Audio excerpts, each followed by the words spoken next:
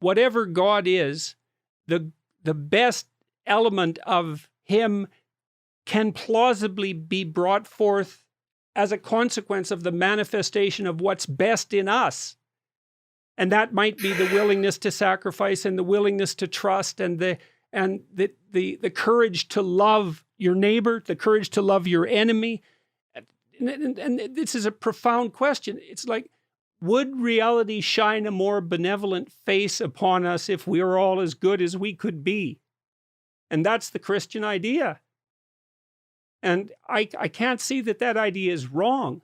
Now, and I think certainly Jung interpreted the story of Job in that light, and he believed that Job sort of set God back on his heels, so to speak, by being a more moral agent in some sense than God himself was. But underneath all that was this notion that if you acted as if God was love, if you believed that, and that would be manifest in your perceptions and your actions, that would invite the deity of love into existence.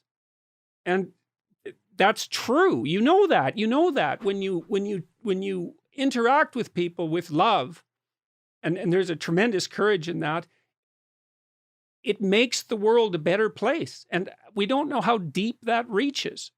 It certainly reaches as deep as humanity itself, and there's something transcendently real about it beyond that. Who knows? Who knows? That's a far enough target for anyone, as far as I'm concerned. That was a hell of a question, Russell. Yeah, I'm just sitting here, just like, yep, that was, whew. But anyway, that's fine.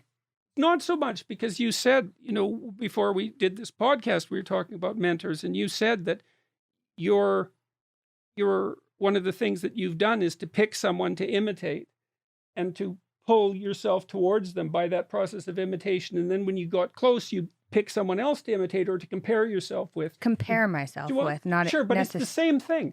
The comparison is the same thing, because when you compare yourself to someone, you start pulling yourself towards them, unless you get envious and resentful.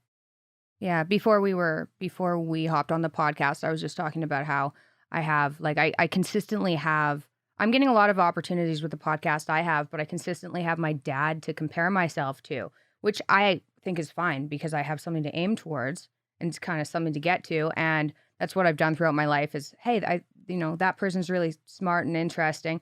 Try and achieve what they're achieving. And then once you get there, you pick somebody above you. And the problem is that means you're always kind of unfulfilled, but it also means you're always growing. So that's what we were talking about. That's also why Jung pointed out, for example, he believed that the book of Revelations had been tacked onto the New Testament because the Christ in the Gospels was portrayed too much as a figure of mercy, whereas in Revelations, Christ is portrayed primarily as a judge.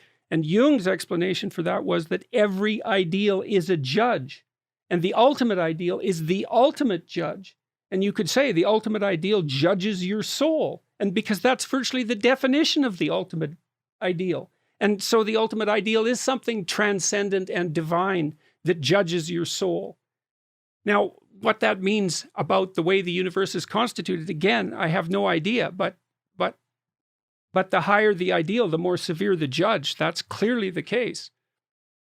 And that should make you quake, I think. It does when your conscience assaults you in the middle of the night for things that you've done wrong. It's because you're quaking in your boots morally because you failed to live up to this ideal. And there's no escape from that. Not truly. I don't believe there is.